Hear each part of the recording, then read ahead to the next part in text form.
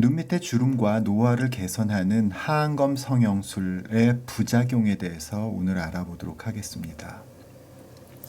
안구를 보호하는 안화골, 안화뼈죠. 이렇게 지금 이렇게 이 안쪽에 이제 안구가 들어가 있고 그 안구를 보호해주는 안화골이 있어요. 이 안화골에 연부 조직이 이렇게 매달려 있어요. 그러니까 상안검이라는 거는 이 안화골에 이 상안검이 위쪽이 붙어 있고 아래쪽은 처져 있는 매달려 있는 형태거든요. 그런데 하안검은요. 하안검 아래쪽 눈꺼풀은요. 아래쪽이 뼈에 붙어 있어요. 그리고 그 뼈에 위쪽으로 살들이 있는 거죠. 그러니까 눈꺼풀에 그 연부 조직이 있는 거죠.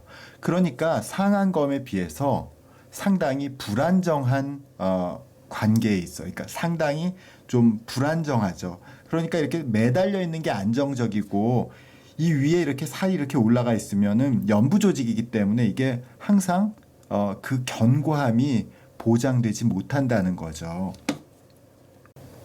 하안검 성형은 피부를 일부 절제, 즉 제거하는 것이어서 이렇게 불안정한 하안검의 구조적인 특성 때문에 과잉의 피부 절제는 하안검이 바깥쪽으로 당겨져서 뒤집어지는 안검 외번 혹은 안검 외번의 부작용을 일으킬 수 있습니다. 원래 하안검의 안쪽 결막과 안구의 결막은 서로 밀착해서 점막의 윤활 작용에 의해서 안구가 쉽게 움직이면서도 결막을 이물질의 침입으로부터 보호합니다. 그러나 바깥쪽 피부의 부족은 하안검의 안쪽 벽을 안구와 떨어뜨리게 해서 공기 중에 먼지나 이물질이 들어가고 또 항상 젖어 있어야 할 결막을 마르게 해서 점막이 붉게 충혈되고 눈물이 항상 고여서 눈이 부시는 현상을 일으키게 할 수 있습니다. 그러나 안검 외반은 첫 수술에서는 잘 생기지 않습니다. 대개 재수술에서 많이 발생하는데요. 발생을 하더라도 3주 정도가 되면 정상적으로 돌아오는 경우가 대부분입니다. 아주 심한 경우라면 피부 이식이 필요할 수도 있는데요. 제가 20년간 진료해 오면서 다른 병원에서 수술한 경우를 포함해서 피부 이식이 필요한 경우는 딱 3케이스 정도밖에 보지 못할 정도로 매우 드문 일이고 아주 초보적인 의사가 용감하게 피부 절제량을 심하게 할 경우에만 발생하는 매우 드문 일입니다. 그렇더라도 의사나 수술 받으시는 분이나 특히 재수술에서는 피부 절제량을 보수적으로 결정하는 편이 좋겠습니다. 다음은 흉터입니다. 하안검은 피부를 눈꺼풀의 바깥쪽에서 절제해야 하므로 흉터가 바깥쪽에 보이는 것을 매우 걱정하시는 분들이 많습니다. 수술 전에. 다른 병원에서 수술하고 오신 경우를 포함해서 많은 재수술을 제가 경험했지만 실제로 흉터가 문제가 되는 경우는 정말 드뭅니다. 심지어 좀 전에 소개해드린 안검 외반 같은 정말 실력 없는 의사에게 수술을 받은 경우라도 충분한 시간이 지나면 흉터가 잘 보이지 않고 심지어 피부 이식을 했을 때도 흉터가 생각보다 잘 눈에 띄지 않습니다. 하안검은 피부가 매우 얇기 때문에 흉터가 매우 좁고 작아도 충분하기 때문입니다. 다만 피부가 다소 짙은 톤, 그러니까 좀 까만 피부를 가지신 분의 경우에는 흉터의 색깔이 초기에는 좀 밝기 때문에 초기 1, 2년간 눈에 좀 띄는 문제를 가지는 경우도 있을 수 있습니다. 하지만 그런 경우라도 시간이 지나면 정말 많이 개선됩니다. 실제 하안검 성형술에서 흉터는 크게 걱정하지 않아도 된다는 생각입니다.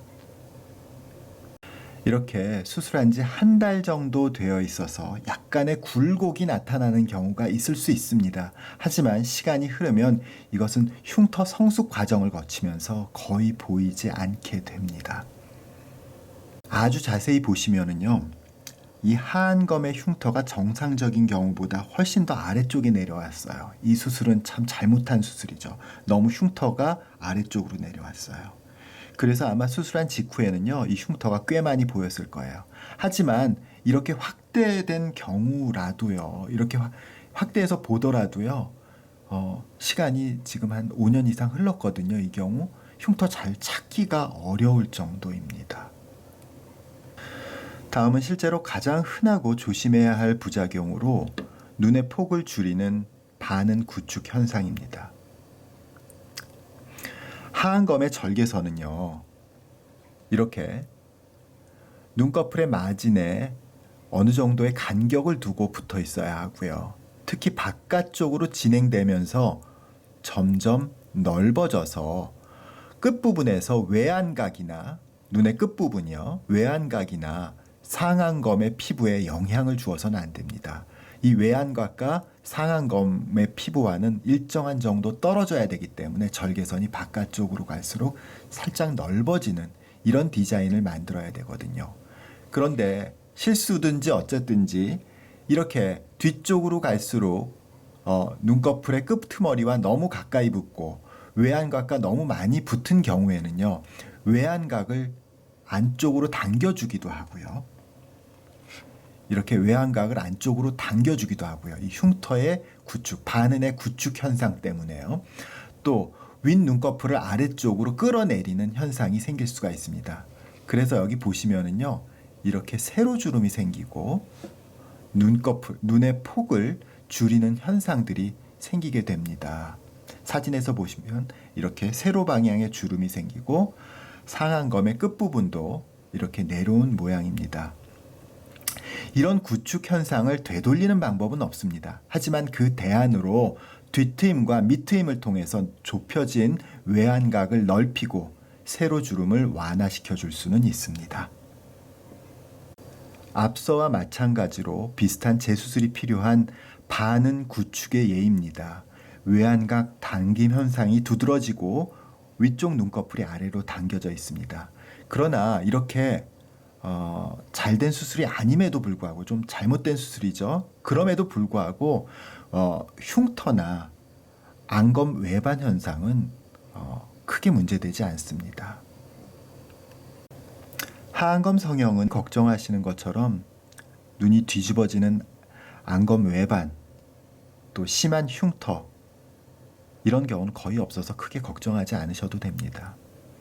그러나 절개선의 위치가 외안각에 너무 가까운 경우 발생하는 반은 구축, 눈이 좁아지는 현상, 그리고 세로주름, 또 상안검의 끝부분이 당겨지는 현상 등은 오히려 많이 발생해서 이를 개선하는 재수술, 그러니까 뒷트임과 밑트임이 필요한 경우가 더 많았습니다. 감사합니다.